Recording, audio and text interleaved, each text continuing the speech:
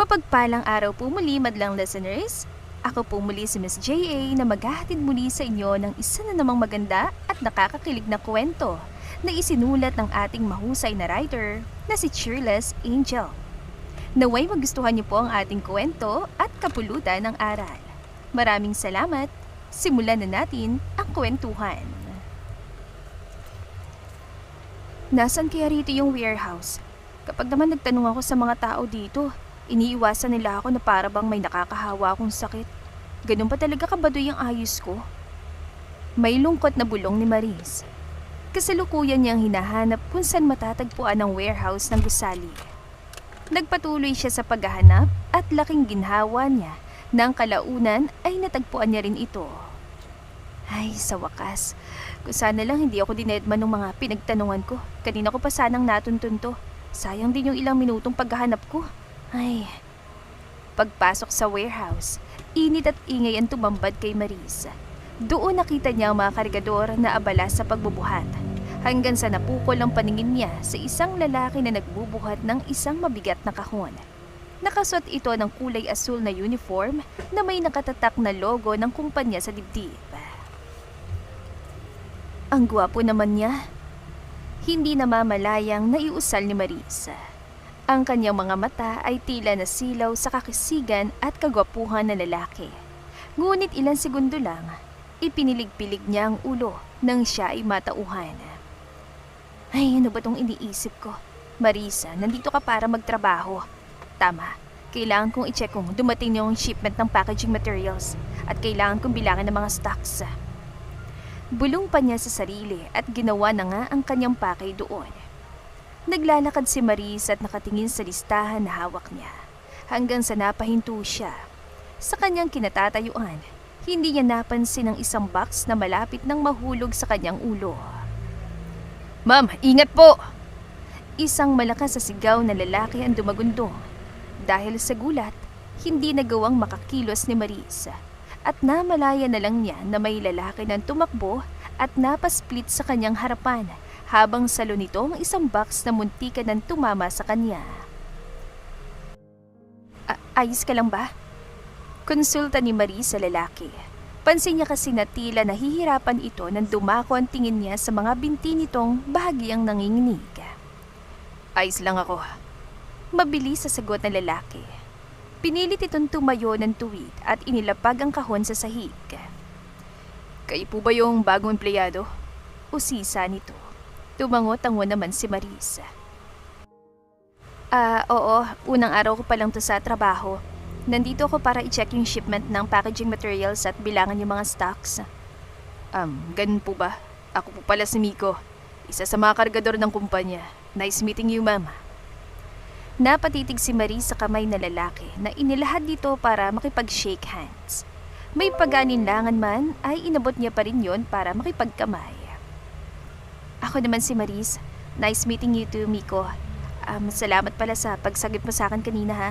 Hindi ko namalaya na mahuhulugan na pala ako ng box. Wala po yun, ma'am. Next time po, magdoble ingat na lang po kayo rito sa warehouse. Madalas po kasi talagang insidente rito eh. Habili na lalaki. Sandali silang nagkatitigan dahil hawak pa rin na lalaki ang kamay ni Maris. At nang mapagtantungan ng binatang kanilang mga kamay, ay dagli itong bumitaw.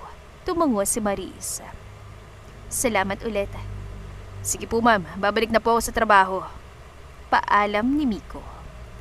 Pagkatapos niyon ay palihim na napangiti si Maris bago niya ipinagpatuloy ang trabaho. Si Miko naman ay tinungong kanyang mga kasamahan.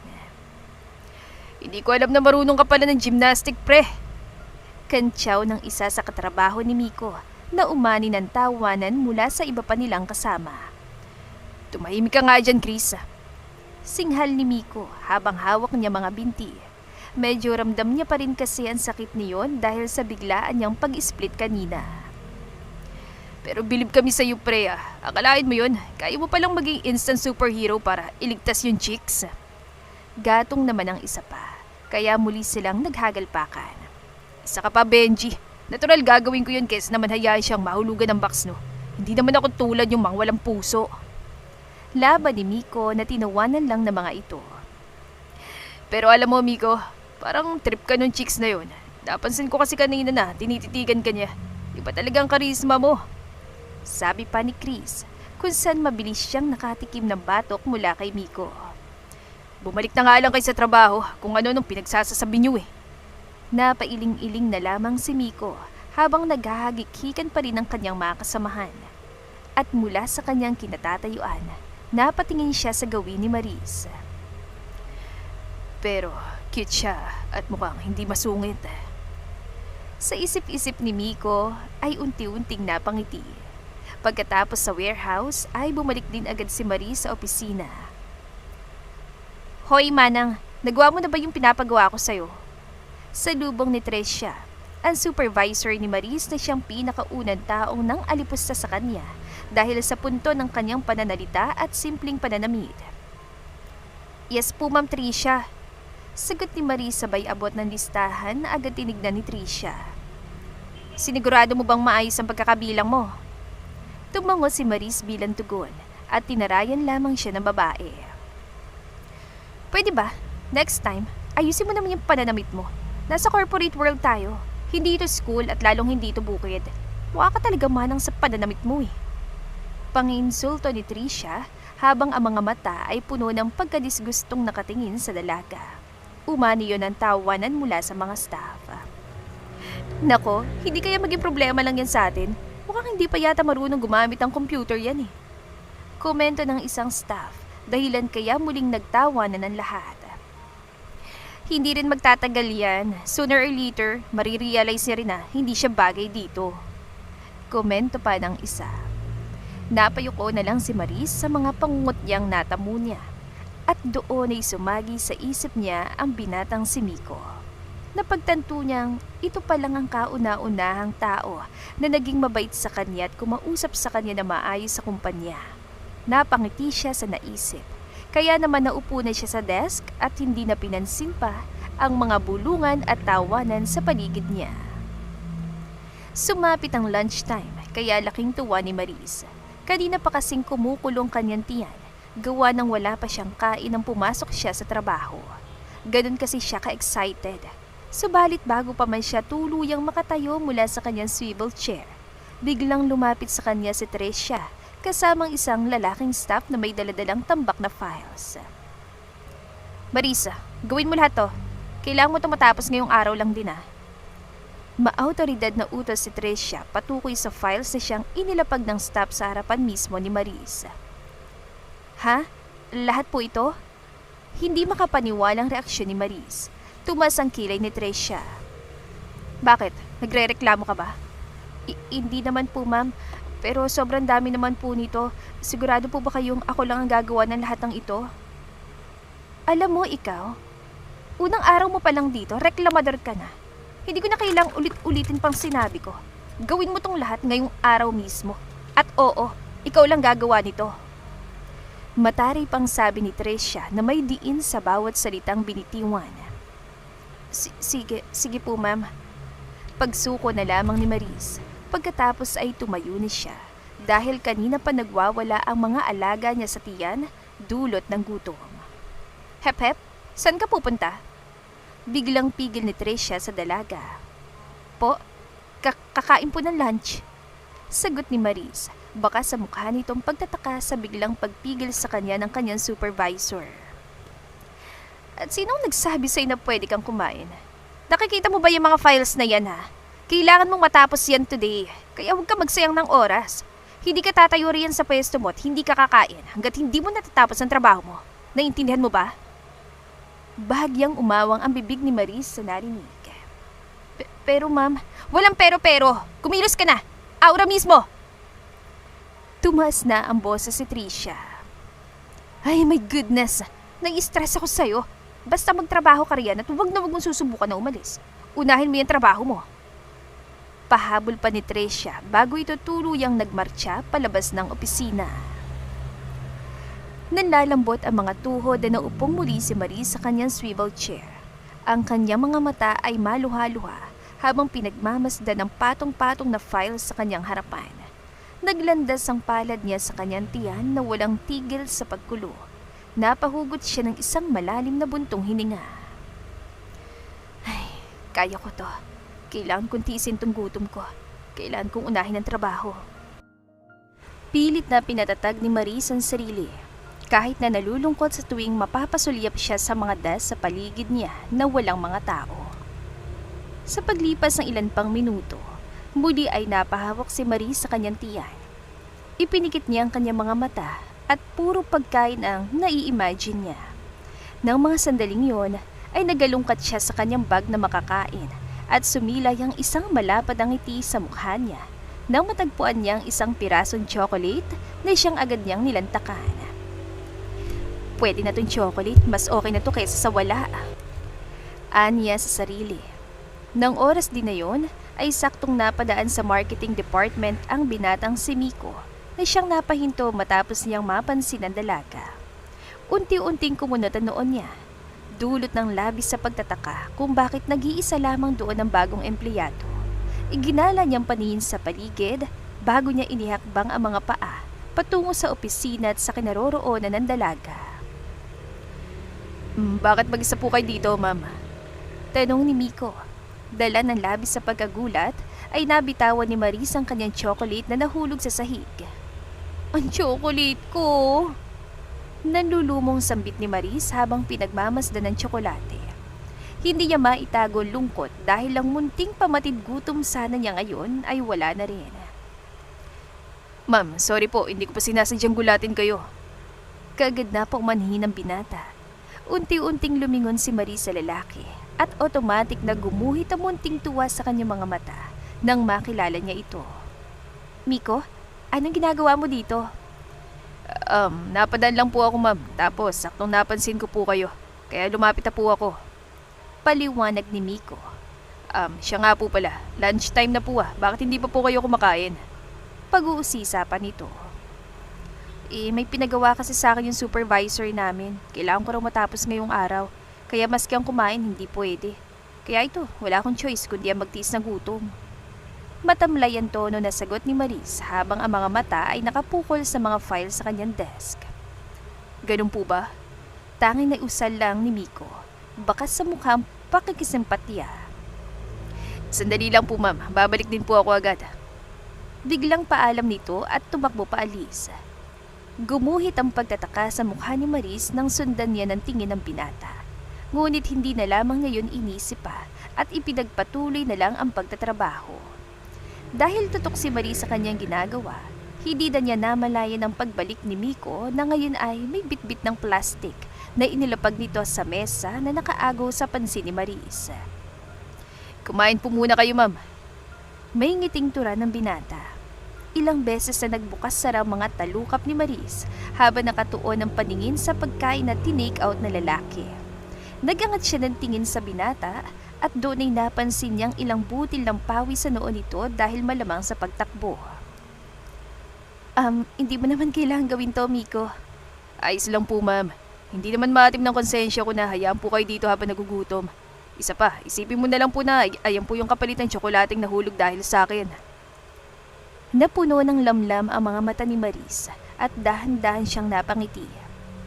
Salamat, Miko ha. Hayaan mo, babawi ako sa iyo next time. Wala po yun, ma'am.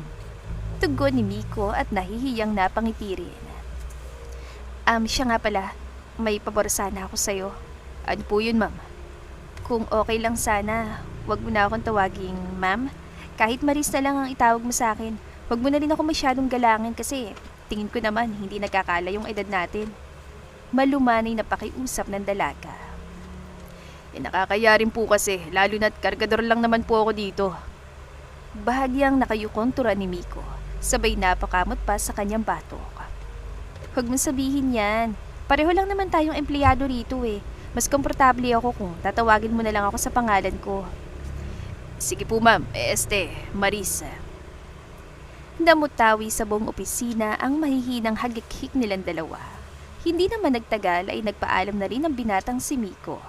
Si Maris naman ay nagsimula na rin kumain habang ipinagpapatuloy ang trabahong inatang sa kanya. Matapos ang lunch break ay masayang nagsibalikan ng ibang mga empleyado sa kanya-kanya nilang pwesto. Ang ilan sa kanila ay pasimpleng tinapunan ng tingin ang dalagang si Maris na nakafocus sa kanyang trabaho at doon ay natawa ang mga ito na umabot sa pandinig ng dalaga. Samantala, sa kanyang swivel chair ay nakaupo si Tricia. Nakatukod ang mga paa sa mesa at abala sa pag-scroll sa kanyang cellphone. Animoy walang pakialam sa paligid. Biglang tumapon ang tingin nito sa dalagang abala at aligaga sa pag-ayos ng files. Maris, tawag ni Tricia sa boses na matigas, malamig at walang halong pakikisama.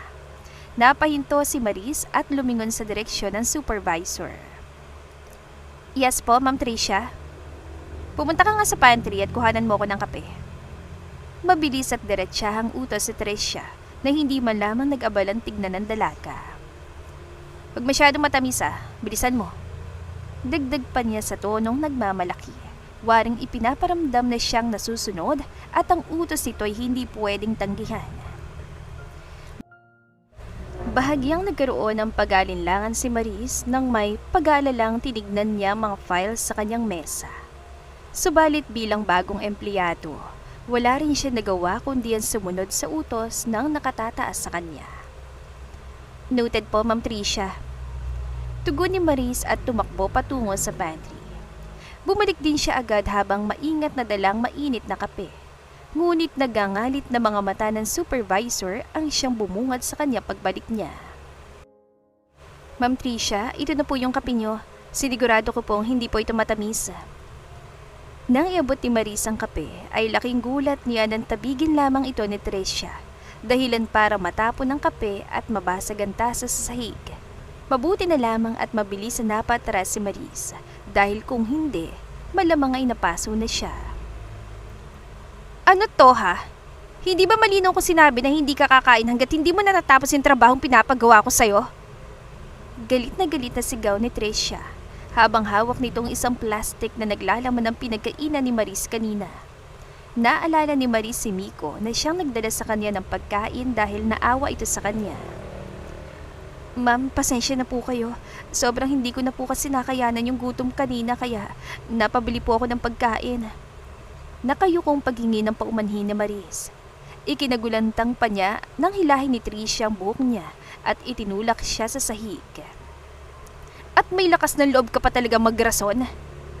Nangilid ang mga luha ni Maris, lalo na nang maramdaman niya ang kirot sa kanyang braso na malakas ang persahang tumama sa sahig. Ayun ang napapala mo, manang ka.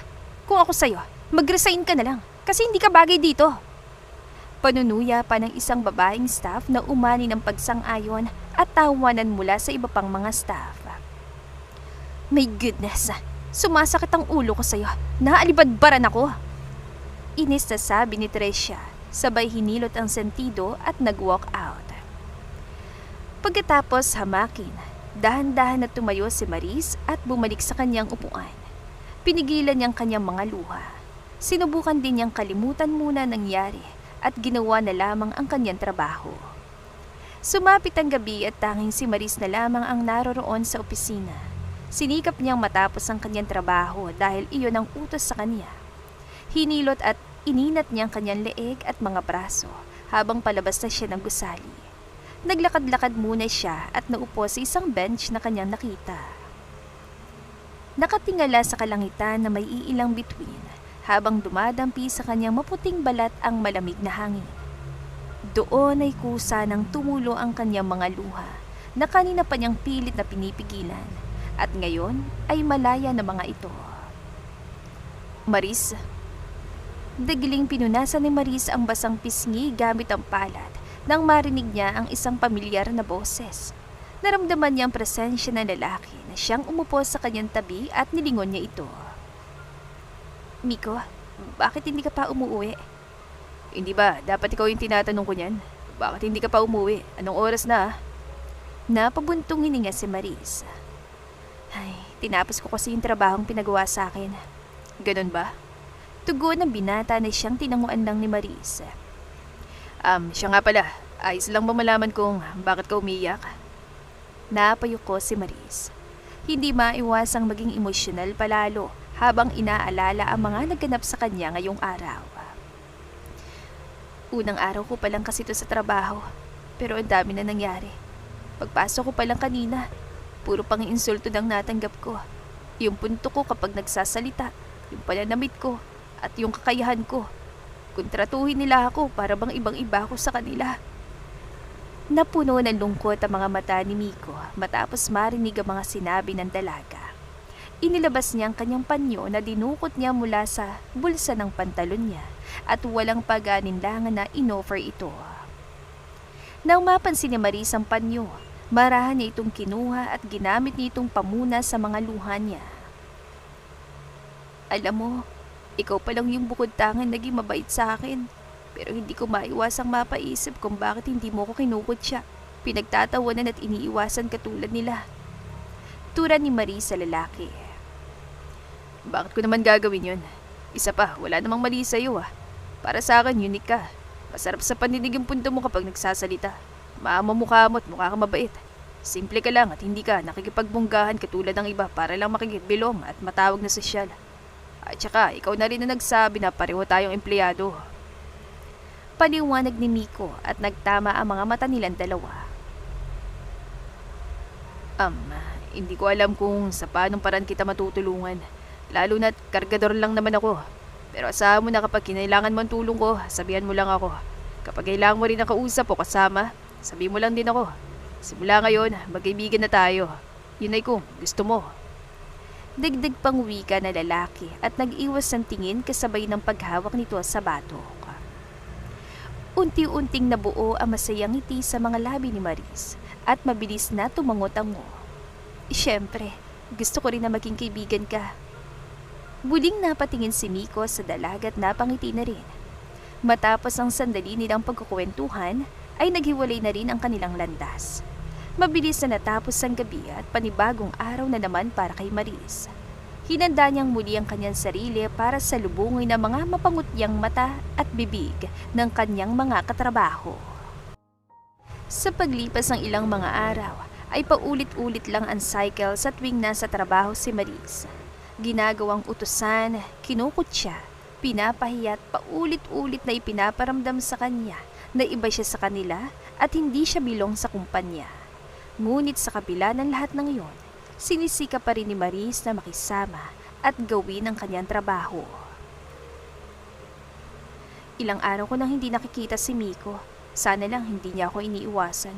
Sana lang hindi nagbago yung tingin niya sa akin. Pero mukha naman siya mabait, hindi katulad ng iba. Pagkausap ni Maris sa sarili habang naglalakad sa hallway. Sakto namang mula sa kinatatayuan niya, ay napansin niya ang mga kargador sa ibaba na nag-aayos sa mga kahon na isa-isa nilang inilalagay sa loob ng malaking delivery truck. Tumayo si Maris malapit sa bintana. Pinagmasdan niya ang daloy ng trabaho sa ibaba. Hanggang napansin niya si Miko na nagbubuhat ng mga kahon. Unti-unting nabuo ang matamis ng ngiti sa kanyang mga labi. Nandito ka lang pala, Manang. Napapitlag sa gulat si Maris. At nang makita niya si Tricia, ay umayos siya ng tindig. Ginawa mo na ba yung inutos ko sa'yo? Taas ang kilay na konsulta ni Tricia. Tumango-tango si Maris. Opo ma'am, nasabihan ko na po yung sales department tungkol sa meeting. Tinarayan lang ni Tricia ang dalaga bago niya ito tinalikuran. Kaagad namang sumunod si Maris. Sa meeting room, ay bakas ang pagiging problemado at stress sa mukha ng mga sales at marketing department staff habang pinag-uusapan ang pagbaba ng sales sa isang produkto ng Glow Industries Corporation. At dito nga nagkaroon ng pagkakataon si Maris na magbigay ng kanyang suwestyon bilang solusyon sa problemang kinakaharap ng kumpanya. Baka po pwede po tayo magbigay ng bundle promo o special discount sa mga loyal customers ng product natin para na sa gayon po maramdaman po nila na na-appreciate po sila ng kumpanya at manatili silang bumili sa atin. Baka ito na rin po yung maging sagot para mas gumanda yung sales natin. Confident na hayag nga ni Maris. Discount? Loyal customers? Pag-uulit ni Tricia, sabay tumawa na mapang-asar. Maris, nasa corporate world tayo. Hindi tayo charity organization para sa sinasabi mong discount at bundle promo. Ang goal natin dito ay kumita ng malaki at hindi para magbenta ng mura. Sa tingin mo ba, papayag ang management dyan sa suwestyon mo? Dito sa kumpanya natin, mataas ang standards at presyo. Walang kwenta yung suggestion mo. Hindi bagay sa glow industries. Madiin na sermon ni Tricia sa dalaga, saka humarap sa sales department staff. Pasensya na kayo. Bago pa lang kasi siya at obvious naman na wala siyang alam sa sistema ng company. Incompetent siya sa ganitong bagay, kaya ako na lang yung bahala. Tahimik na naiuko na lamang ni Maris ang kanyang ulo dulot ng pagpapahiya sa kanya. Matapos ang meeting, ay nauna nang umalis si Maris. Ngunit lingid sa kaalaman niya ay sinundan siya ni Tricia na siyang nanggagalaiti sa galit. Nang maabutan ni Tricia ang dalaga, walang pagdadalawang isip na hinila niya ang buhok nito, kaya napahiyaw sa sakit at gulat si Maris. Wala ka talagang kwenta. Sino ka para subukang ipahiya ko, ha? Akala mo magaling ka, wala ka namang alam. Nanggigigil na atungal ni Tricia habang patuloy na sinasabunutan at sinasampal si Maris na ngayon ay nakahiga na sa sahig ng patungan niya ito. Pilit na sumigaw at humingi ng tulong si Maris sa mga taong nakakakita sa kanila. Ngunit ang mga ito ay tila ba walang pakialam na siyang natutuwa at proud pa sa ginagawa ni Tricia sa kanya. Samantala, kalalabas lang ni Miko sa elevator at inayos niya ang suot na polo. Naagaw ang atensyon niya ng isang komosyon at namataan niya ang dalawang babaeng nagkakagulo sa sahig. At nagling namilod ang kanyang mga mata nang makita niya si Maris. Kagad siyang tumakbo palapit at marahas na itinulak palayo si Tricia, saka tinulungan si Maris na makatayo. Maris, ayos ka lang ba, ha? Nag-aalalang tanong ni Miko. Salamat, Miko. Nanginginig man ang boses, bakas pa rin ang reaksyon ni Maris na laking pasasalamat niyang dumating ang lalaki. What the heck, Miko? Sigaw ni Tricia, dahilan para mapunta sa kanya ang atensyon ng binata. Guwapo ka lang pero wala ring laman yung utak mo. Ang tanga mo para kampihan yung manang na yan. Di ka nag-iisip. Magsama kayong parehong hampas lupa. Bulala si Tricia at galit na umalis. Inalalayan naman ni Miko si Maris patungo sa pantry at binigyan niya ito ng tubig. Wala ka bang balak na isumbong sa management niyang supervisor mo? Hayaan mo lang ba nasaktan ka niya? Tanong ni Miko ng kanyang boses ay may halong pag-alala at galit. Pagkatapos uminom ng tubig ay napahugot ng buntong hininga si Maris. Bakit pa? Paborito daw ng management si Ma'am Tricia. Ano laban ko sa kanya? Matagal na siya dito. Habang ako, baguhan pa lang. Maganda siya, matalino, sosyal at competent. Natural, mas kakampihan siya kumpara sa akin. Pero hindi naman kasi tama na nagtitiis ka lang sa pagtrato niya sa'yo. Empleyado ka rito at hindi ka niya alipin. Miko, salamat sa concern mo, ha. Mabuti na lang at dumating ka kanina. Ang dami ng tao pero wala man lang maski isang tumulong sa akin. Sa bagay, sino nga ba ako kumpara kay Ma'am Tricia, di ba? Isa lang naman akong hamak na simpleng probinsya ng Bisaya. Kaya malamang... Napatigil sa pagsasalita si Maris nang bigla na lamang pumulupot sa kanya ang mga bisig ng binata na siyang ikinagulat niya. Pwede bang wag mong idaw ng sarili mo? Wag mong ikumpara ang sarili mo sa iba dahil di hamak naman na mas better ka sa kanila. Mabuti kang tao, Maris, at hindi mo mapapantayan ng kagandang panlabas sa mga taong kumukutya at nananakit sa'yo.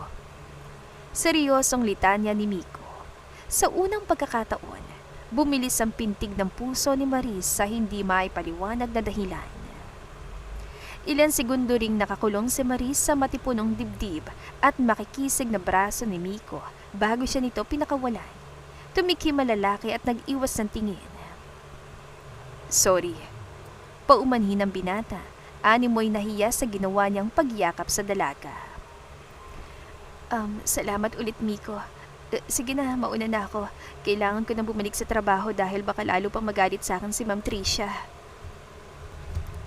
Paalam naman ni Maris na hindi na rin makatingin ng diretsyo sa mga mata ng binata. Tanging pagtangulang ang naging tugon ni Miko.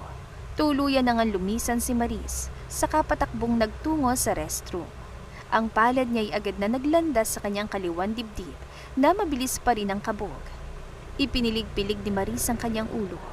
Sa harapan ng salamin ay inayos niya sa pagkakapusod ang magulo niyang buhok. Nagilamas din siya para maibsan ang munting init sa kanyang mukha na naramdaman niya. Pagkatapos ay bumalik na rin siya sa opisina. Umuulan ng malakas. Kakatapos lang ng shift ni Maris at kasalukuyan siya nag-aabang ng sasakyan. Pero basang-basa na siya dahil wala siyang payong. Hanggang sa biglang may payong na tumabon sa ulo niya. Basang-basa ka na, dapat sumilong ka na muna. Paano na lang kung magkasakit ka? Si Miko. Hawak ang isang maliit na payong na isang tao lang sanang kasya. Pero pilit niyang pinayungan si Maris. Hindi ko kasi alam na biglang bubuhos ang malakas na ulan eh. Pero salamat, Miko. Wala yon. Hintayin na muna kita makasakay bago ako umalis. Ani Miko. Magkadikit ang kanilang mga balikat. Kahit na nababasa ng kabilang balikat ni Miko, hindi niya yon alintana. Basta masiguro lang niya na mapapayungan niya na maayos si Maris upang hindi ito mas mabasa pa ng ulan. Ilan sandali pa ay bigla na lang kumulog ng malakas. Dahilan para mapatili si Maris at mapayakap sa leeg ng binata. Nagtama ang kanilang mga mata na parehong gulat. Nabitawan ni Miko ang hawak na payong, kung kaya't pareho silang nabasa ng ulan. Muli ay dumagundong ang malakas na kulog, kaya lalong napayakap si Maris sa lalaki. Hindi ko alam pero takot talaga ako sa kulog.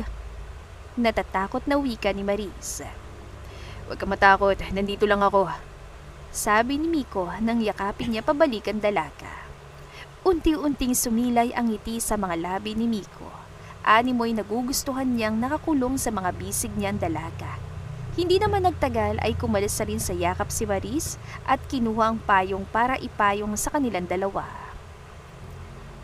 Pwede mo ba akong ihatid sa bahay ko? Ang totoo kasi niyan, hindi naman ganun kalayong tirahan ko mula rito. Request ni Maris.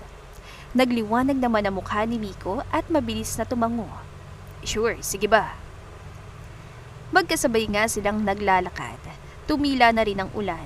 Walang nagsasalita sa kanilang dalawa. Ngunit madalas na nagdidikit ng kanilang mga balikat, pati na rin ang kanilang mga kamay na nagdudulot ng kakaibang pakiramdam sa kanilang katawan. Hanggang sa napahinto sila sa tapat ng isang condominium building. Salamat, Miko ha. Ang dami mo nang nagawang mabubuti para sa akin. Wika ni Maris. Ano ka ba? Maliit na bagay lang yun. Tsaka huwag kang lagi magpasalamat sa akin. Isa pa, gusto ko rin naman yung mga ginagawa ko. Gusto kitang tulungan at gusto kitang makasama. Ha? Reaksyon ni Maris. Anong ha? Naguguluhan tanong naman ni Miko. Ano yung ibig sabihin ng huli mong sinabi? Bakit gusto mo akong makasama? Natigilan si Miko. Napalunok siya habang nag-iisip kung paano niya yon ipapaliwanag. Buwisit namang bibig to, nadulas pa talaga. Sermon ni Miko sa sarili sa isip niya. Ibig kong sabihin. Bago pa man matapos ang sasabihin ni Miko, ay bigla siyang natigilan nang bigla na lamang siyang halikan sa pisngi ng dalaga. Good night, Miko. Magkita na lang tayo bukas. Mag-iingat ka sa pag-uwi mo ha. Salamat ulit. Sabi ni Maris bago ito tuluyang umalis at pumasok sa building ng condominium. Naiwan namang tulala at hindi makapaniwala si Miko. At nang siya'y makarecover, marahan niyang hinawakan ng pisngi na hinalikan ni Maris. Sa isang iglap, biglang nag-init ang mukha niya at napangiti. Bigla rin siyang napasuntok sa hangin na animoy nanalo sa loto at nilisan nga niyang lugar na may masayang ngiti sa kanyang mukha. Kinabukasan ay abala si Marie sa kanyang trabaho. Maririnig ang tunog ng keyboard dahil sa mabilis na paggalaw ng kanyang mga daliri habang nagtitipa. Puno ng focus ang kanyang mukha ni siyang nakatuon sa monitor. Biglang namutawi ang malulutong na tunog ng matataas na takong na papalapit mula sa likuran. Huminto ang tunog sa tapat ng desk niya, kaya napatigil siya sa kanyang ginagawa. Marisa. Tawag ni Tricia na Mariin. Huminga ng malalim si Maris bago siya lumingon. Yes, ma'am. Gumawa ka ng presentation. Utos si Tricia, kasabay ng paglapag niya na makapal na folder at ilang file sa mesa ng dalaga. Nandito na lahat ng data at details. Siguraduhin mong maayos at presentable ang gagawin mong presentation. Kailangang matapos mo to within this week. Gawin mo na agad. Demanding na dagdag pa niya bago muling dumagundong ang tunog ng takong na palayo mula sa pwesto ni Maris. Makalipas lang ang ilang oras, maririnig muli ang pamilyar na tunog ng takong na papalapit sa desk ni Maris. Huminto si Tricia sa harap ng dalaga at inilapag ang isang listahan. Pumunta ka sa sales department at kunin mo lahat ng files na nasa list. Dali mo sa desk ko ngayon din. Mabilis na utos si Tricia. Opo, ma'am. Dagling sagot ni Maris na agad tumalima. Pagdating ni Maris sa sales department, tahimik siyang pumasok nang biglang may isang matangkad na lalaking maayos manamit ang lumapit sa kanya. Hi, ikaw ba yung galing sa marketing? Bati ng lalaki na may magandang ngiti. Opo sir. Ako po si Maris. Inutusan po ako ni Ma'am Tricia na kunin yung ilang files. Mahinhin na tugon ni Maris. Ako naman si Erwin, ang supervisor dito sa sales department. Pakilala nito. Hello po Sir Erwin, nice meeting you po. Masiglat may ngiting bati pa ni Maris. Saglit na tinitigan ni Erwin ang dalaga. Tila ba nabuo ang pagkamangha at interes sa kanyang mga mata. Kaagad naman nagpaalam si Maris sa lalaki para ipunin ang mga dokumentong kailangan niya. Pagkatapos ay umalis na rin. Habang naglalakad sa hallway pabalik sa opisina, punong-puno ang dalawang kamay niya ng makakapal na folders na halos matabunan na ang mukha niya. Dahil din sa bigat ng bitbit niya, ay hirap na hirap din siyang magbalanse gamit ang dalawang kamay. Nagkataon namang naglalakad din sa hallway ang binatang si Miko, kaya nang makita niyang dalaga, ay dagli niya itong nilapitan para tulungan. Tulungan na kita, Maris. Bago pa man makatanggi si Maris, ay inabot na ni Miko ang kalahati ng mga folder. Kasabay ng paghawak niya, aksidenteng dumampi ang mga palad at daliri nilang dalawa. Sa sandaling yun, tila ba tumigil ang ikot ng mundo. Isang mainit na kuryente ang dumalay mula sa balat ni Maris papunta sa buong katawan niya. At ganoon din ang naramdaman ni Miko. Sa isang iglap, mabilis na kumabog ang dibdib nilang dalawa. Kasabay din niyon ay ang pagtatama ng kanilang mga mata. Nagkatitigan sila, isang malalim at mahabang tinginan. Waring na estatwa sila sa kanilang pwesto, dulot ng malakas at biglaang koneksyon na kanilang naramdaman sa simpleng pagdampilang ng kamay. Maris! Umalingaw-ngaw ang isang malakas sa boses ng babae na tumawag sa pangalan ni Maris, dahilan para maputol ang pagtitinginan nila ni Miko. Ibang klase ka talaga, Manang. Inutusan ka lang ni Ma'am Tricia, nagawa mo pang maglandi. Panunuyan ng babaeng staff na ngayon ay masama ang tingin sa dalaga. Napayuko lang si Maris. Nang mapansin ni Miko na tahimik lang ang dalaga, hinarap niya ang babaeng staff. Pwede ba? Tigilan niyo ng pagtawag sa kanya na Manang. May pangalan siya. Kung tutusin, mas mukha ka pang Manang sa kanya eh. Kompronta ni Miko. Kumuyom ang mga kamao ng babaeng staff at napuno ng gulat ang mukha. Animoy hindi makapaniwala sa sinabi ng lalaki. Imbes na sumagot, ay napapahiyang nag-walk out na lamang ito. Salamat. Tanging nasabi lang ni Maris. Wala yun. Pero alam mo, bilib din ako sa pagtitiis mo. Paano ba nakakayanan na ganyanin ka na makatrabaho mo? Ayoko lang kasi ng gulo. Kung kaya kong magtiis at manahimik na lang, gagawin ko. Unti-unting namuo ang manipis ng ngiti sa mga labi ni Miko sa narinig. Sa bagay, napakabuti mong tao para patulan sila. Pero hayaan mo, katulad na sinabi ko, akong bahala sa'yo. Ako magiging backup mo. Tipid na napangiti lang si Maris bilang tugon sa sinabi ng lalaki. Magkasama nga silang nagtungo sa opisina para dalhin ang mga folders sa desk ni Tricia. Pagkatapos ay lumisa na rin si Miko para magtungo sa warehouse kung saan nag-aabang ang kanyang mga kasamahan. Takot talaga ako sa kulog. Sambit ni Chris habang nakayakap ito kay Benji. Huwag kang matakot, nandito lang ako para sa'yo. Tura naman ni Benji ng boses sa ilalaking lalaki. Automatikong kumunot ang noon ni Miko sa naabutan. Anong trip nyo? Nakahitit ba kayo? Natatawang komento ni Miko. Subalit bigla rin siyang natigilan at nanlaki ang kanyang mga mata nang mapagtanto niyang pamilyar ang senaryong yon. Teka, nandun kayo kagabi? Hindi makapaniwalang bulalas niya. At sa halip na sumagot, nagpatuloy lang sa kanilang role-playing sina Chris at Benji na ngayon naman ay umaaktong hinalikan ni Chris si Benji sa pisngi. Good night, Miko. Makita na lang tayo bukas. Mag-iingat ka sa pag-uwi mo ha. Salamat ulit. Mwah! Pagbibitiw ng dialogo ni Chris sa manipis na boses, ani mo'y ginagaya ang boses ni Maris. Umakto naman tulala si Benji na maya-maya pa ay napasantok sa hangin at nagtatalon sa kilig. Kung saan ang isa pa nilang kasamahan na si Echo ay humagalpak sa tawa na hawak-hawak pantiyan. Halatang nag-e-enjoy ito sa kalukuhan ng mga kaibigan. Si Miko naman ay hindi maipinta mukha. Iba ka talaga pare, para-paraan ka ha. Natatawang kantsaw ni Chris sa kaibigan. Makasira ulo talaga kayo. Ibig sabihin, sinundan niyo pala ako ang gabi. Reaksyon ni Miko. Well, na-curious lang naman kami kung paano ka dumiskarte sa babae. At nakita namin lahat na nangyari. Pati kung paano ka umuwi na parang tanga nakangiti dahil sa kilig. Natatawang eksplika ni Benji. Ikaw dumadamobs ka na pala. So, kumusta yung kiss sa'yo sa pisngi? Paniguradong hindi ka nakatulog no? Si Echo naman ang aasar na panay pa rin ang pagtawa. Mga tarantado talaga kayo. Sino nagsabing sundan niyo ko Kailan pa kayo naging chismoso? Singhal ni Miko at hinubad ang sapatos para ihampas sa mga ito. Subalit mabilis na nagtakbuhan ng tatlo habang nagtatawanan. Walang pagdadalawang isip naman na hinabol ni Miko ang mga kaibigan.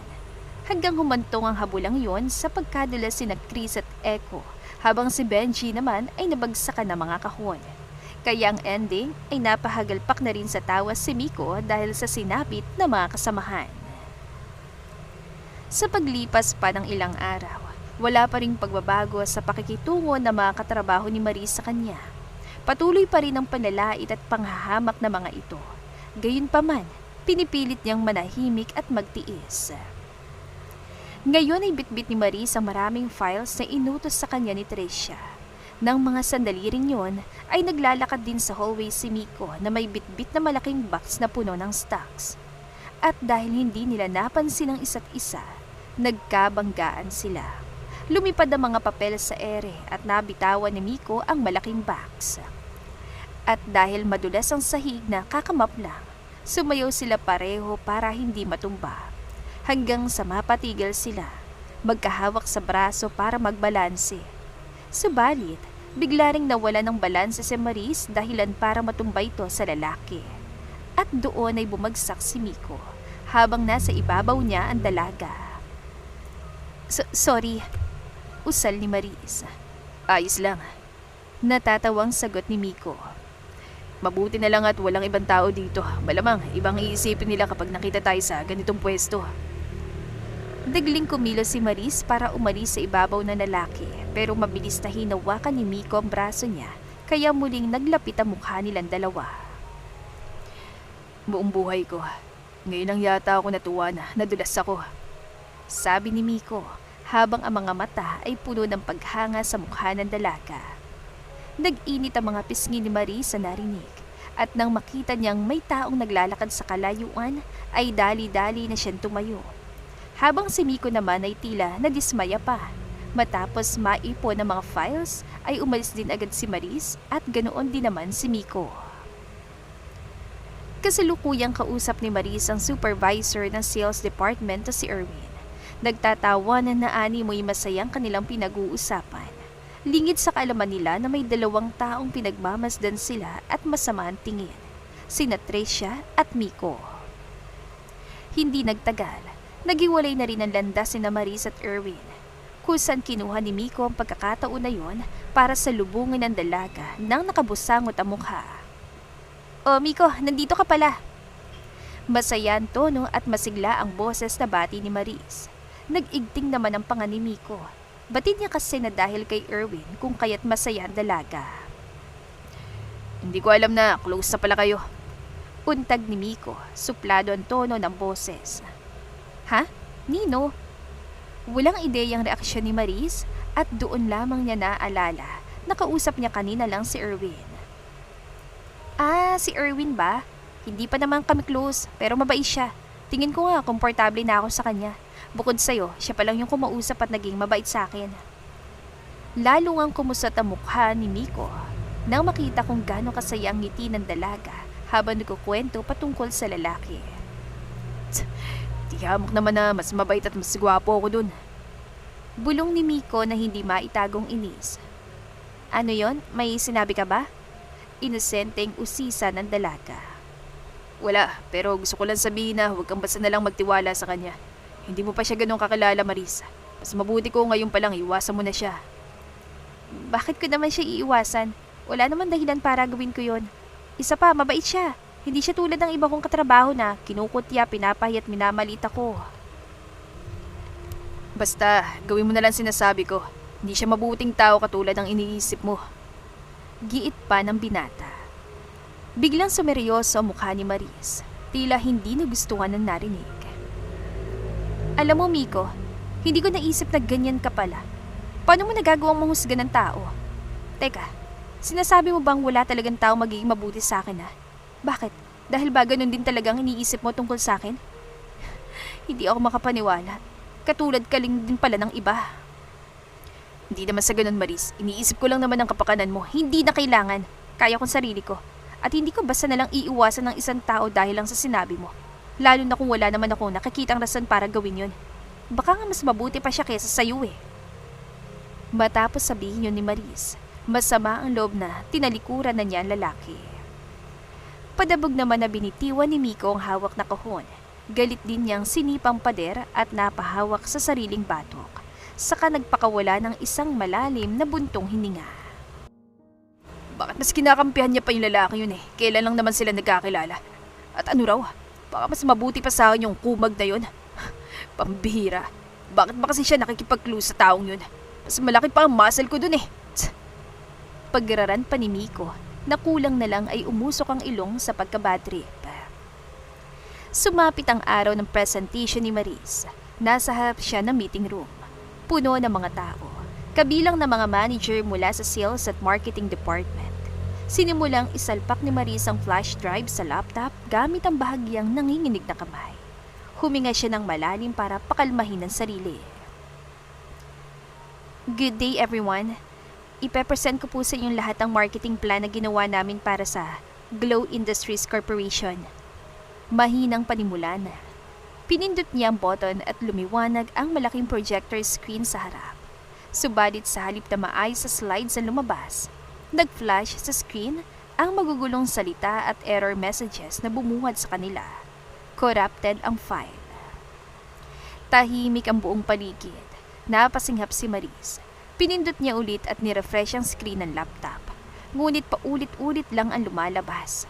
Nagsimula nang mamuo ang pawi sa kanyang sentido habang mabilis na pinipindot ang keyboard. What is this, Maris? Ilang araw kitang binigyan ng oras para sa presentation. Tapos yan ang ipapakita mo sa amin? Corrupted files? Pinaglololoko mo ba kami? Galit na sigaw ni Tricia.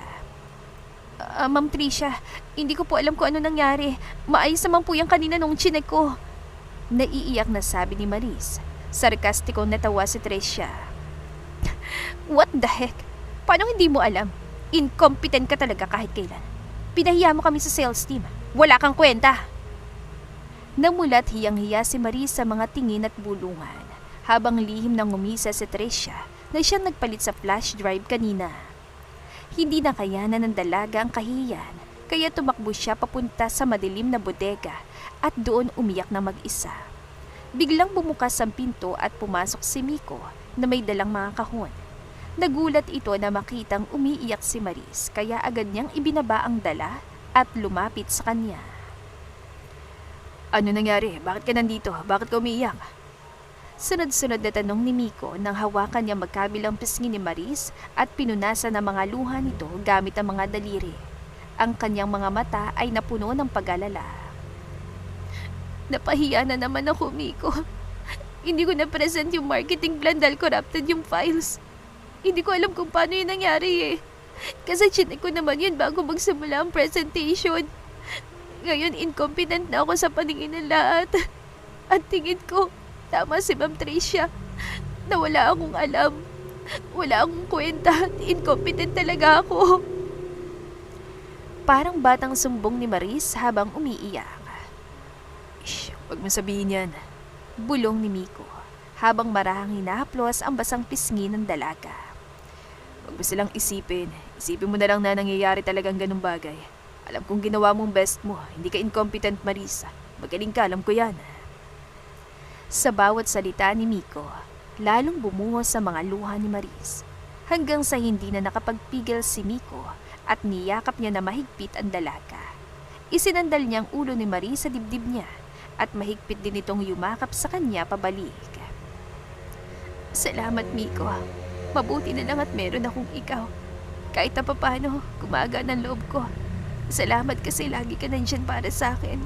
Salamat kasi hindi ka naging katulad nila. Kung wala ka, hindi ko na siguro alam kung ano gagawin ko. Ano ka ba? Nandito lang ako palagi para sa'yo, Marisa. Sa mundo mong puno ng kalaban, ako ang tanging kakampi mo. At hindi magbabago yon dahil mahalaga ka sa akin. Sa gitna ng yakap, nagtamang kanilang mga mata at dahan-dahang naglapit ang kanilang mga mukha. Dumampi ang mainit na halik ni Miko na puno ng pagmamahal at lihim na pagtingin. Sa sandaling yun, tila tumigil ang ikot ng mundo. Muling nagtagpo ang mga mata nila at naghiwalay sila ng dahan-dahan. Doon lamang sila natauhan na mulang parehong pisngin nila. Napaiwas ng tingin si Maris at napayuko. Si Miko naman ay napalunok at tumingin sa malayo. Tumikhim si Miko at nag-ipon ng lakas ng loob bago nagsalita. Sorry, hindi ko sinasadyang halikan ka. Nabalot sila ng katahimikan. Namutawi ang ilangan. Magkahalong kabat sayang nararamdaman ng kanilang mga puso. Hindi rin nila magawang makatingin sa isa't isa. Animoy nahihiya at hindi malaman ang sasabihin matapos ang nangyari. Kinabukasan, sa labas ng gusali, abala ang mga kargador, kabilang na si Miko, sa pag-aangkat ng mga mabibigat na kahon para isalansan sa loob ng malaking truck. Sa hindi kalayuan, nakayukong naglalakad si Maris patungo sa building. Nasa isip pa rin kasi niya ang mga nangyari kahapon, dahilan para hindi siya makatingin sa paligid. Hanggang sa hindi nila namalayan ang dadaanan ng isa't isa at mahina silang nagkabanggaan sa balikat. Aray! Napasingap si Maris at napatras ng bahagya. Sorry, miss. Agad na sabi ni Miko at inalalayan sa braso ang dalaga para hindi matumba. Sabay silang tumingin sa isa't isa. Nang sandaling yun, tumigil ang mundo ni Miko.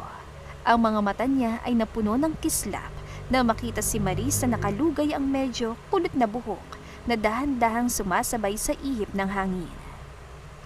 Ang itsura nito ay simple, ngunit sobrang ganda sa paningin niya. Mas lalong bumilis ang pintig ng puso ni Miko. Para siyang na-hypnotize sa ganda ng dalaga sa harapan niya. Ikaw pala yan, Maris.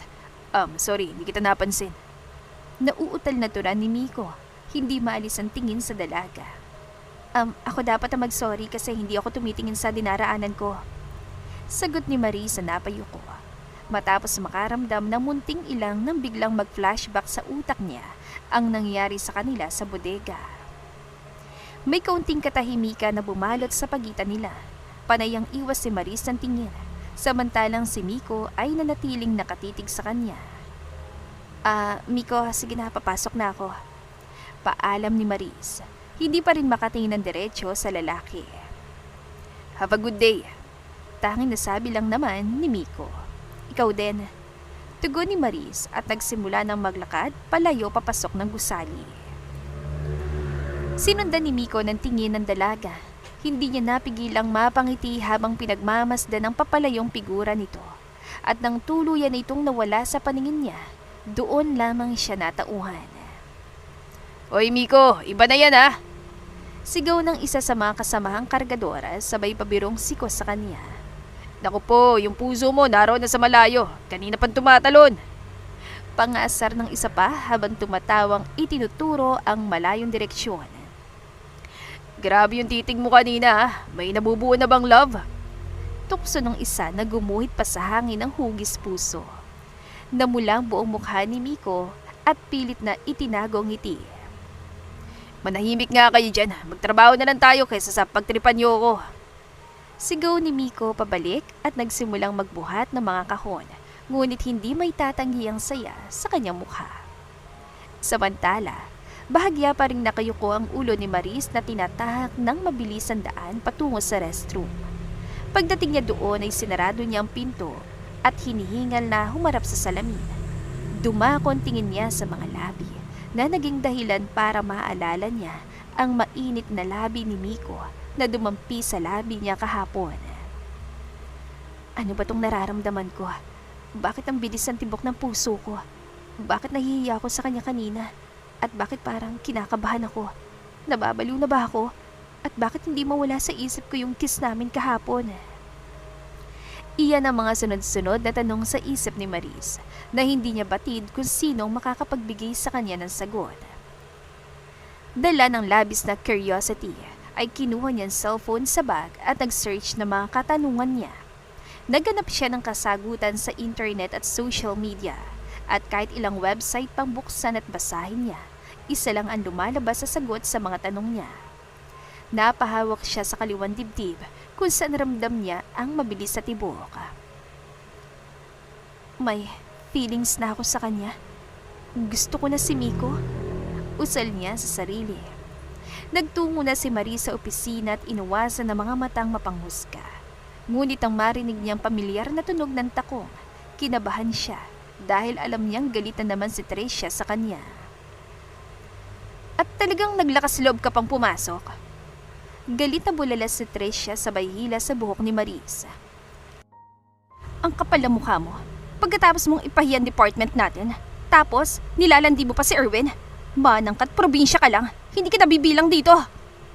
Ma'am, please, bitawan niyo po ako, hindi ko po siya nilalandi. Sigaw ni Maris habang umiiyak. Sinungaling ka. Akala mo ba dahil napikat mo si Miko, magagawa mo rin yun sa iba? Dapat sa'yo kinakalbo! Lalong hinigpitan ni Tricia ang hawak habang walang tumulong sa paligid at nanonood lang.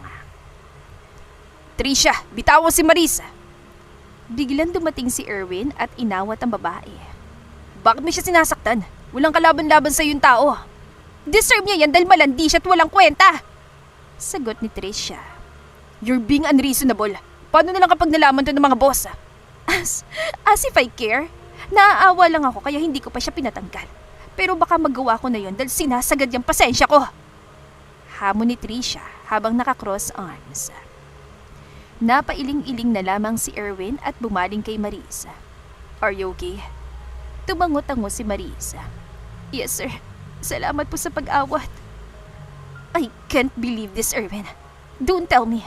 Tuluyan na rin talagang nabilog ng probinsyanang yan ang ulo mo. Hindi makapaniwalang sabat pa ni Tricia. Puno ng pagkadisgusto ang tono ng boses. Hindi nakaimik si Erwin, kaya napahiyaw sa sobrang inis si Tricia at nagmarcha paalis. Nang muling tignan ni Erwin ang dalaga, ay napansin niya ang munting luha sa gilid ng mata nito na sinubukan niyang punasan gamit ang daliri. Subalit mabilis na iniwas ni Marie sa mukha niya at nakayukong umalis para magtungo sa pantry. Uminom siya ng tubig at inayos ang sarili.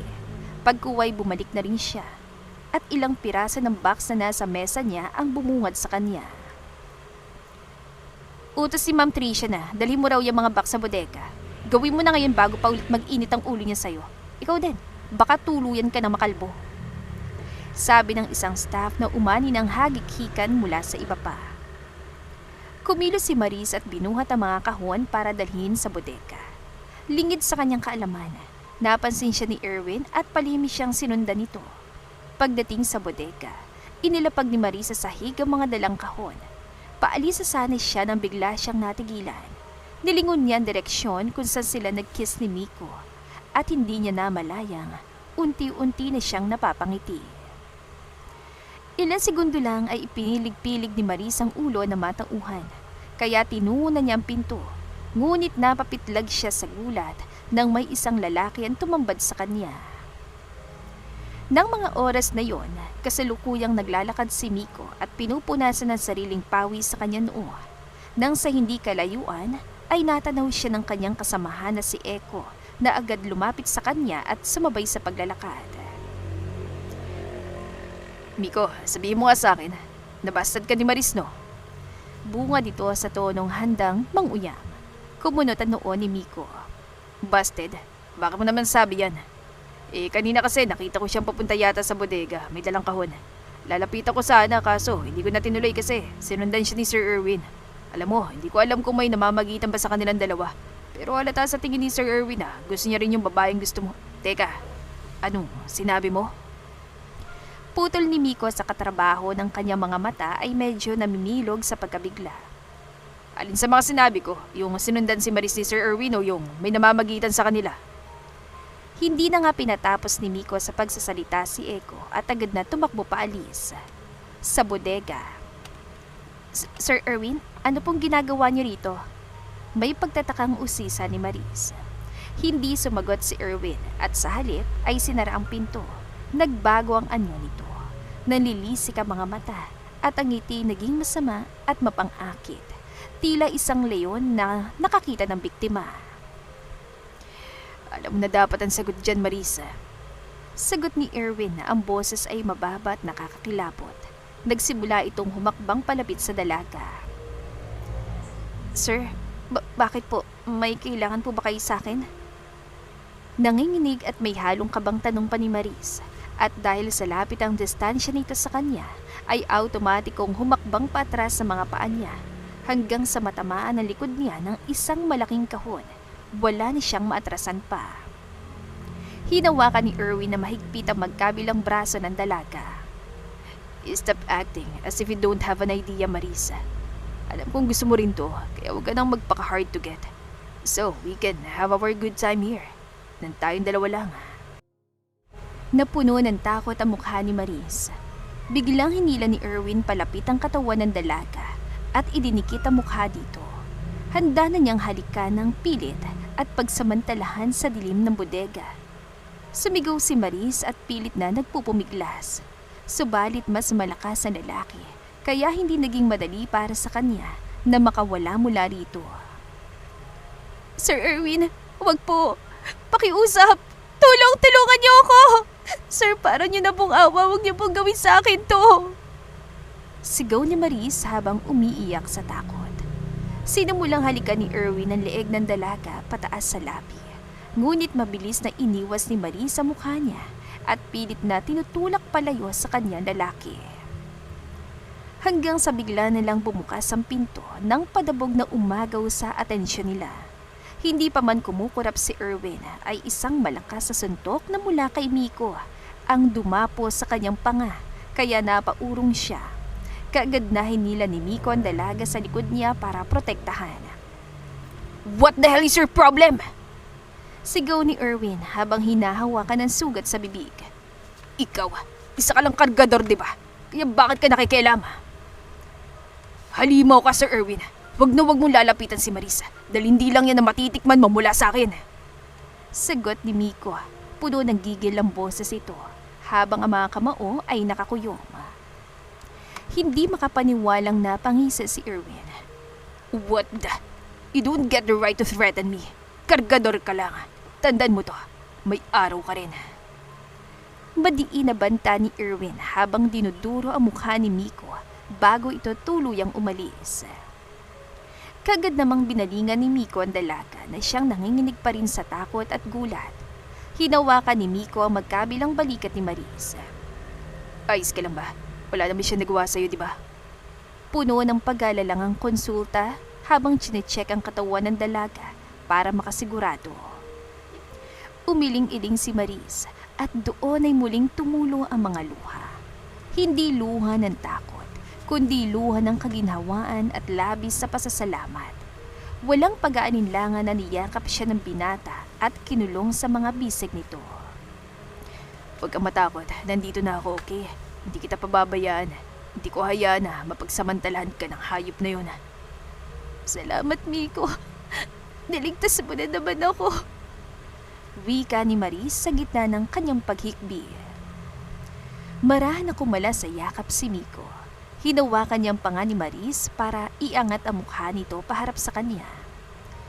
Hindi ko hayaan na may manakit pa sa'yo, Maris, kahit kailan. Mariing sambit ni Miko. Hindi ko alam kung ito ba yung tamang oras o lugar. Pero hindi ko na kayang itago pa tong nararamdaman ko para sa'yo. Mahal kita, Marisa. Mahal na mahal. Nanlaki ang mga mata ni Maris sa narinig. Sa gitna ng takot at dilim, naramdaman niya ang init ng pagmamahal ng lalaki. Ako rin, Miko. Mahal din kita. Lumuluhang pag-amin ni Maris. Nagsimulang manubig ang mga mata ni Miko at dahil sa bugso ng damdamin, hindi na siya nakapagpigil at hinalikan niya ang dalaga. Isang halik na puno ng pangako, proteksyon at wagas na pag-ibig. Isang halik na mas puno ng emosyon at mas matagal kumpara nung una. Nang sandaling yon, ay nakalimutan nila kung nasaan sila. Nakalimutan nila ang oras at ang lahat ng problema. Ang sandaling yon ay para lamang sa kanilang dalawa at para sa mga puso nilang ang pangalan ng isa't isa ang siyang isinisigaw. Nang maghiwalay ang kanilang mga labi, kagad na niyakap ni Miko si Maris ng sobrang higpit na parang ayaw na niya itong pakawalan kailanman. Yun ang dahilan kung bakit gusto kong umiwas ka sa kanya. Ani Miko matapos niyang ipaliwanag sa dalaga kung anong klaseng tao talaga si Erwin. Isang taong pupunteryahin ng isang babaeng tingin nitong mahina at kaya nitong mapasunod. At isa nga si Maris sa naging target ito. Sa tahimik na sulok ng bodega, magkahawak ang mga kamay na nakaupo sina Maris at Miko. Tila pinapalipas ang oras ng sila lamang dalawa at walang ibang iniisip. Sorry Miko ha, kasi imbes na makinig ako sa'yo, hinusgahan pa kita. Mahinang sabi ni Maris habang nakasandal sa balikat ng lalaki. Hindi mo kailangang mag-sorry. Ang mahalaga ngayon, nalaman mo ko anong klase siyang tao. At mabuti na lang, hindi ako nahuli ng dating. Sakaling may nagawa siya masama sa'yo, hindi ko mapapatawad ang sarili ko. Hindi ko alam kung sa paanong paraan pa kita pasasalamatan. Huwag mo nang isipin yan, sapat na sa akin na malamang, mahal mo rin ako. Marahan na inilapit lalo ni Miko ang dalaga sa kanya at hinagka ng buhok nito. Napangiti naman si Maris, saka pinagmasda ng magkasiklop nilang mga kamay. Lumipas ang ilang araw. Mabilis na kumalat ang pangyayaring iyon sa buong kumpanya. Pilit na itinanggi iyon ni Erwin, ngunit pinatotohanan ito ni Miko para protektahan si Maris. At ngayon ay puno ng kabandibdib ni Maris habang nakatayo sa harapan ng malaking conference room kung saan naroroon ang lahat ng managers, department heads, supervisors at mga board members. Tahimik ang lahat habang hinihintay ang pagsisimula ng isang malaking meeting. Bago tayo magsimula, panimula ni Tricia ng malakas at mariin. Gusto ko lang sabihin na dito sa kumpanya, mahalaga na may laman ang utak. Tumingin siya ng masama kay Maris. Tignan niyo itong si Maris. Ilang weeks na siyang empleyado rito. Pero anong naiambag niya? Wala. Puro pagkakamalit kapalpakan lang. Kahit simpleng presentation, hindi niya magawa na maayos. Corrupted files, magulong data, talagang wala siyang kwenta. Wala ring ibang inaatupag, kundi puro landi. Sigaw ni Tricia. Sa tingin ko, hindi siya bagay dito sa marketing department. Sa totoo lang, hindi siya bagay magtrabaho dito sa Glow Industries Corporation. Incompetent siya. Tamad at mabigat lang siya sa sistema natin. Dapat isa siya sa mga unang tanggalin kapag nagkaroon ng evaluation. Tignan niyo naman, di ba? Kahit manamit ang maayos at presentable, hindi siya marunong. Sa trabaho pa kaya? At baka nga mas bagay pa sa kanya ang magligpit o magbuhat sa bodega kaysa mag-isip. Dagdag pa ni Tricia habang tumatawa ng mapang-insulto. Natahimik ang buong kwarto. Nakayuko lang si Maris. Namumulang mata habang pinipigilan ng luha. Ramdam niya ang mga bulong at tingin ng lahat. Lalo pa siyang nalugmok sa kahihiyan nang marinig niya ang pangiinsulto at tawanan ng ibang naroroon. Namutawi ang pagkasabik sa mukha ni Tricia nang tagumpay nga niyang napahiya sa marami ang dalaga. Nang sandaling yun ay nais na lamang maglaho ni Maris o di naman kaya ay tumakbo palayo. Pero biglang bumukas sa malakas ang pinto ng conference room. Pumasok ang CEO kasama mga security at mga executive. Natahimik ang lahat at tumayo. Subalit hindi sila pinansin ng CEO. Sa halip ay naglakad ito palapit kay Maris. Are you okay? Malamlam ang mga mata at kalmado ang boses na tanong ng CEO sa dalaga. Tumangot-tango lang si Maris bilang tugon. Ang senaryong iyon ay nagdulot ng labis sa pagtataka at kalituhan sa mukha-mukha ng iba. Hanggang sa hinarap ng CEO si Tricia. Who the hell in this whole universe gave you the right to humiliate her? You are talking about incompetence? You are firing her? Matalim ang tingin na bulalas nito. How dare you? Wala kang karapatan. Because this woman standing in front of you is Maris, the daughter of the owner and the CEO of Glow Industries Corporation. Parang tinamaan ng kidlat ang bawat individual sa nakakagulat na revelasyong yun. Nanlaki ang mga mata ni Tricia at namutla ng sobra. Nanginig ang tuhod niya at halos matumba sa narinig. Anak niyo po siya, sir? Nanginginig, nauutal at hindi makapaniwalang pagkumpirma pa ni Tricia. Puno ng galit ang mukha ng CEO at napasinghapan lahat, kabilang na si Maris, nang sampalin nito ng malakas si Tricia. Oh, anak ko nga si Maris. Napanganga si Tricia sa labis sa pagkagulantang. Halos maiyak na rin ang namimilog niyang mga mata. She is not your employee. She is your boss. Dagdag pa ng CEO. Sa isang iglap, nagbago ang ihip ng hangin. Ang babaeng pinahiya, tinawag na walang kwenta, ay siya palang may hawak ng buong kumpanya. Anak, I think it's time for you to fight for yourself. You've been through enough. Baling ng CEO kay Maris. Sa isang iglap, ang nalilisik nitong mga mata ay biglang lumamlam at tila napawi ang galit. Napalunok at umayos ng tindig si Maris na walang pagiging mahinhin at manang na aura niya. Ngayon, matapang at malamig ang itsura at mga mata. Humakbang siya palapit sa kanyang supervisor. Ma'am Tricia, sorry kung ginulat kita. Kaya ako kinakabahan kasi alam ko, mabubunyag ng katotohanan tungkol sa pagkatao ko. Nag-iisa akong anak ng papa. Bilang tagapagmana, lumuwas ako ng probinsya para magtrabaho sa kumpanyang balang araw ay pamamahalaan ko. Pero hindi bilang isang boss o anak ng CEO, kundi isang ordinaryong empleyado. Kasi gusto kong maranasan o malaman ang buhay sa ibaba ng kumpanya. At alam mo, hindi ko inasahan na may mga tao palang katulad mo. Trinato mo ko na parang basura.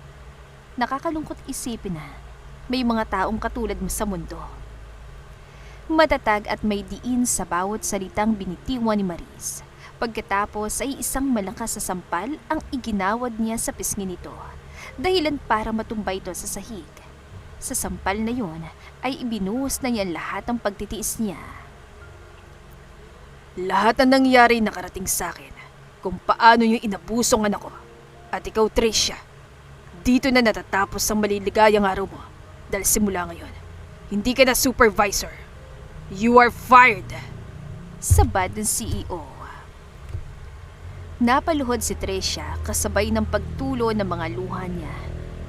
Sir, please, wag niyo po akong tatanggalin sa trabaho. Para niyo na pong awa. Pagsusumamo niya. Subalit hindi yun binigyan ng pansin ng CEO. Salamat, Miko, sa pag-aalaga, pagprotekta at hindi mo pinabayaan ang anak ko. Baling ng CEO sa binata na noon ay gulat na gulat din sa revelasyon. Nilingon ni Maris ang direksyon ni Miko na hindi man lamang niya napansin na naroroon din pala na siyang kasamang pumasok kanina ng kanyang ama. Nagtama ang mga mata nilang parehong gulat at puno ng tanong.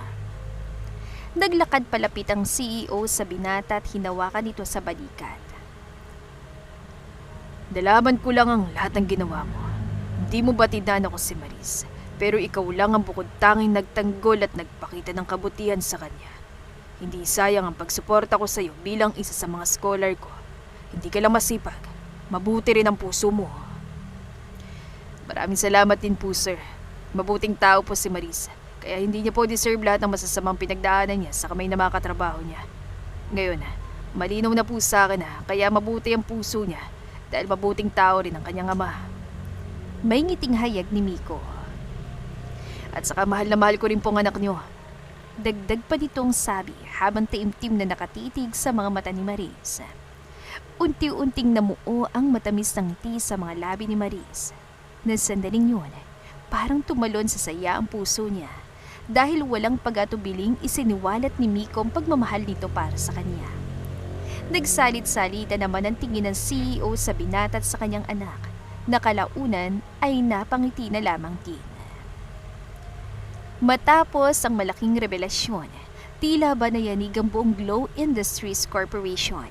Nagbagong pakikitungo ng lahat kay Maris. Kung noon ay dinededma siya ng mga tao, ngayon ay pinapansin, binabati at nginingitian na siya. Bagay na nakakapanibago para sa dalaga. Bukod doon, hindi rin niya alam kung tunay bang pakikitungo ng mga ito sa kanya. Tinungo ni Maris ang opisina at tila ba dinaanan ng anghel ang bawat sulok pagdating niya. Ang lahat ng taong naroroon ay nakayuko. Animoy nahihiya at nagsisisi sa ginawang pangahamak sa kanya noon. Maris, please. Nakikiusap ako sa'yo. Huwag mo kong tanggalin sa trabaho. Nagsisisi na ako sa lahat ng mga ginawa ko sa'yo. Kahit ano gagawin ko, basta tulungan mo lang ako mapanatili sa posisyon ko. Gusto mo ba lumuhod ako? Luluhod ako. Sa gitna ng pagsusumamo ni Tricia, ay ginawa nga nito ang pagluhod sa harapan ni Maris.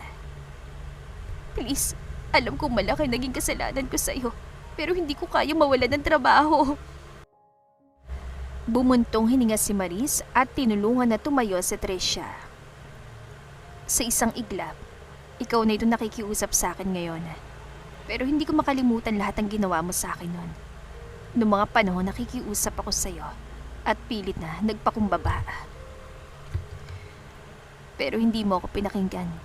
Sa halip, mas lalo mo akong nilugmok at nilunod. Kinukutsa at hinahamak mo mga taong mas mababang posisyon kaysa sa'yo. Bilang magiging tagapagmana ng buong kumpanya, hindi ko kayang panatalihin ng isang katulad mo dito. At kung gusto mo talaga ng trabaho, handa kitang ilagay sa bodega para magligpit at magbuhat.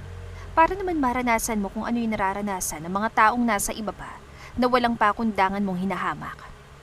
Sorry pero, yan lang ang kaya kong i-offer sa'yo. At kung hindi mo yung matatanggap, mabuti pa. Ayusin mo ng gamit mo at umalis ka na rito. Tinalikuran ni Maris Tricia na nagsimulang sumigaw sa pagmamakaawa. Habang naglalakad sa hallway, nakasalubong naman niyang isang taong inakala niyang mabuti, ngunit may masamang motibo pala. May hawak itong box na naglalaman ng mga gamit. Isa rin kasi si Erwin sa tinanggalan ng trabaho ng kanyang ama dahil sa ginawa nito sa kanya. Napahinto sila at nagtama ang mga mata. What a plot twist. Who would have thought na anak ka pala ng boss? Ani Erwin. Ani mo'y hindi pa rin makapaniwala. Hindi pa kita napapatawad sa ginawa mo sa akin. Buong akala ko pa naman, mabuti kang tao at hindi ka katulad ni Tricia. Pero mas masahol ka rin pala sa hayop. Nalulungkot ako na maraming taong masasama na nasa mataas sa posisyon ang nandito sa kumpanya ng papa ko. Pero sisiguraduhin ko na unti-unting mawawala ang mga anay na katulad nyo. Madiin na wika ni Maris at tinalikuran na rin ito. Naiwan naman lugmok at nakayuko si Erwin. Tinahak ni Maris ang daan patungo sa warehouse. Pumasok siya doon at nanumbalik sa kanyang alaala kung paano niya unang nakita ang lalaking si Miko na hindi niya inakalang mamahalin pala niya. Tulad ng unang punta niya sa warehouse, mainit at maingay ang bumungad sa kanya. Iginala niyang paningin para hanapin ang taong gusto ng masilayan ng mga mata niya. Nagpatuloy siya sa paghakbang hanggang sa hindi niya napansin ang madulas na bahagi ng sahig na naging dahilan para dumulas ang isa niyang paa.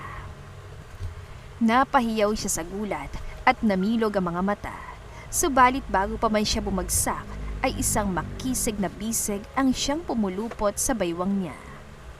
Mag-iingat po kayo rito, ma'am. Delikado po't madulas ang sahig. Mabuti na lang po nakita ko kayo kaya nasalo ko kayo agad. Tura ni Miko habang magkalapit ang distansya na mukha nila. Napangiti si Maris at kumapit sa batok na lalaki. At palagi akong magpapasalamat dahil sinalo mo ko nung mahulog ako sa'yo. Napangiti rin si Miko at namula ang mukha. Miss na kita. Bulong nito. Miss na rin kita. Kaya nga ako nagpunta rito eh. Tugon ni Maris. Pagkatapos ay hinalikan sa pisngi ang binata. Nag-init ang pisngi ni Miko sa kilig at bilang ganti, hinalikan din niya sa mga labi ang dalaga. Hindi ko talaga inakala na anak ka pala ni boss. Natawa si Maris sapagkat kita niya pa rin ang hindi makapaniwalang reaksyon sa mukha ng lalaki. Kasalukuyan silang nasa bodega, animoy naging safe space na nilang dalawa yun. Nakaupo sa sahig at nakasandal sa mga kahon si Maris, habang nakahiga naman sa kanya mga hita si Miko. At ako, hindi ko rin inakala na scholar ka pala ni Papa. Pero proud ako sa'yo kasi kahit ganun hindi mo yung ginamit as advantage para manghamak na ibang tao. Pero hindi pa rin tama na hinahayaan mo saktan ka ng iba. Ani Miko nang hawakan niyang kamay ng dalaga. Proud din ako sa'yo kung iisipin. May connection ka rin pala kay Papa pero ni minsan hindi mo rin yung ginamit as advantage. Tugon ni Maris. Alam mo, dahil sa nalaman ko, aaminin ko na nandito ako sa sarili ko. Iniisip ko baka hindi tayo bagay dahil anak ka ng boss at ako naman, kargador lang.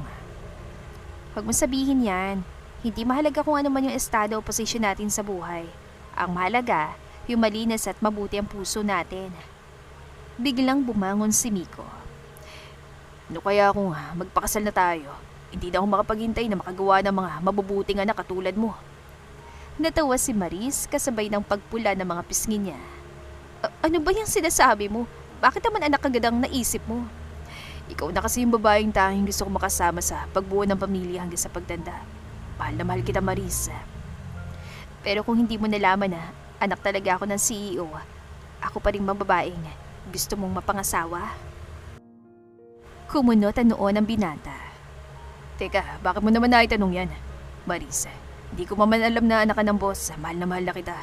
Isa pa, wala akong pakialam kahit ano pang estado mo sa buhay. At kaya ko rin patunayan sa pamilya mo na kaya kitang buhayin sa sariling sipag at sikap ko. Salamat, Miko. Hindi ako nagsisisi sa naging decision kong pagpasok sa kumpanya bilang isang ordinaryo. Dahil doon, nakilala kong isang katulad mo. Salamat sa pagtanggap at pagmamahal mo sa akin ng buong buo. Mahal na mahal din kita. May ngiting wika naman ni Maris. Nagdampi ang mga maiinit nilang labi at sinulit ang sandaling yun na tahimik at ang bodega ay napuno ng pagmamahala nilang dalawa. Sa kabila ng revelasyon sa tunay na pagkatao ni Maris, nanatili siyang mapagkumbaba. Walang nagbago sa itsura at pananamit niya dahil naniniwala siyang hindi niya kailangang baguhin ang kanyang sarili. Bukod doon, nanatili rin siya sa tabi ng lalaking minahal siya sa kung sino siya na kailanman ay hindi siya iniwan at pinabayaan. Isang gabi, sa loob ng marangyang mansyon ay nagaganap ang isang engranding salo-salo kasama ang mga pamilya ni Maris at ilang malalapit na kaibigan. Nakaupo sila sa mahabang mesa, pinalamutian ng mga bulaklak at kandila na puno ng masasarap na pagkain. Masayang naging tagpo dahil napuno iyon ng kwentuhan, tawanan at kamustahan. Subalit isang tao ang kanina pang hindi mapakali sa kanyang kinaupuan. Si Miko, nakasalukuyang pinagpapawisan, nanginginig ang mga tuhod sa ilalim ng mesa at kanina pang napapaluno. Ngano, dili pa ka mukaon, iho? Tanong ng ina ni Marie sa binata na mapansin nitong wala pang bawas ang pagkain sa pinggan. Dahil doon ay napukol kay Miko ang atensyon ng lahat. Ayos ka lang ba? May pag-aalala sa tono ng boses na tanong ni Maris. Sabay hinawakan ng kamay na lalaki na nasa kanyang tabi lamang. Inihintay ko lang po yung dessert. Utal na sagot ni Miko sa ina ni Maris dahilan para matawan lahat. Nang matapos ang main course, dahan-dahang lumapit ang waiter bitbit ang isang malaking silver platter na may takip na inilapag sa harap ni Maris. Special dessert po para kay Mama Maris. Tura ng waiter. Ano to? May kaba at kunutan noong tanong ni Maris habang ang kanyang pamilya ay nagtataka rin. Buksan mo. Bulong ni Miko. Sinunod yon ni Maris at dahan-dahang inangat ang mabigat na takip ng pinggan. Ang lahat ay nakaabang at sa pagbukas niya, hindi lamang dessert ang bumungad sa kanya. Isang cake na may icing na letters at nakasulat doon ang salitang, "Will you marry me?" At sa tabi niyon ay isang kumikinang na singsing. Napasinghap sa magkahalong gulat at tuwa ang lahat. Nanlaki ang mga mata ni Maris at umawang ang kanyang mga labi. Napahawak siya sa kanyang bibig at hindi makapagsalita. Tumayo si Miko at kinuha ang singsing. Lumuhod siya sa harapan ng dalaga at inangat ang hawak na singsing. Marisa, Panimula ni Miko na punong-puno ng emosyon. mula nung una kita nakita, ramdam ko na agad na mabuti ang puso mo. Hanggang sa mas nakakilala pa kita at nagkaroon ako ng pagkakataon na may pagtanggol ka. Alam ko na agad sa sarili ko na ikaw na yung babaeng gusto kong makasama habang buhay. Hindi man ako kasing yaman mo, ipinapangako ko na gagawin ko lahat, maibigay ko lang sa iyong mundo. Mamahalin kita at higit sa lahat, handa kitang protektahan sa kahit ano panlaban, Marisa. Handa ka bang pakasalan ako? Tumayo si Maris. Nagsimulang pumatak ang kanyang mga luha habang ang kanyang mga labi ay nanginginig sa matinding emosyon. Mabilis na tumango-tango si Maris at sumigaw ng, "Oo, Miko, handa akong pakasalan ka." Emosyonal na sinuot ni Miko ang singsing sa daliri ni Maris at hinalikan ito ng puno ng pagmamahal. Nagpalakpakan ng buong pamilya at sumigaw ng congratulations. Ang masayang tagpong yon ay naging espesyal at hindi makakalimutang sandali ng magkasintahan. Lumipas ang panahon at tuluyan ng ikinasal sina Maris at Miko, kung saan biniyahan agad sila ng isang malusog na anak na lalong nagbigay ng kulay sa kanilang pagsasama. Sa huli, napatunayan nila na hindi nasusukat ang halaga ng isang tao base sa itsura o estado ng buhay, kundi sa kabutihan ng puso. At dito na po nagtatapos ang ating kwentong pag-ibig. Maraming salamat po sa pakikinig. To God be the highest glory. Hanggang sa muli. Paalam!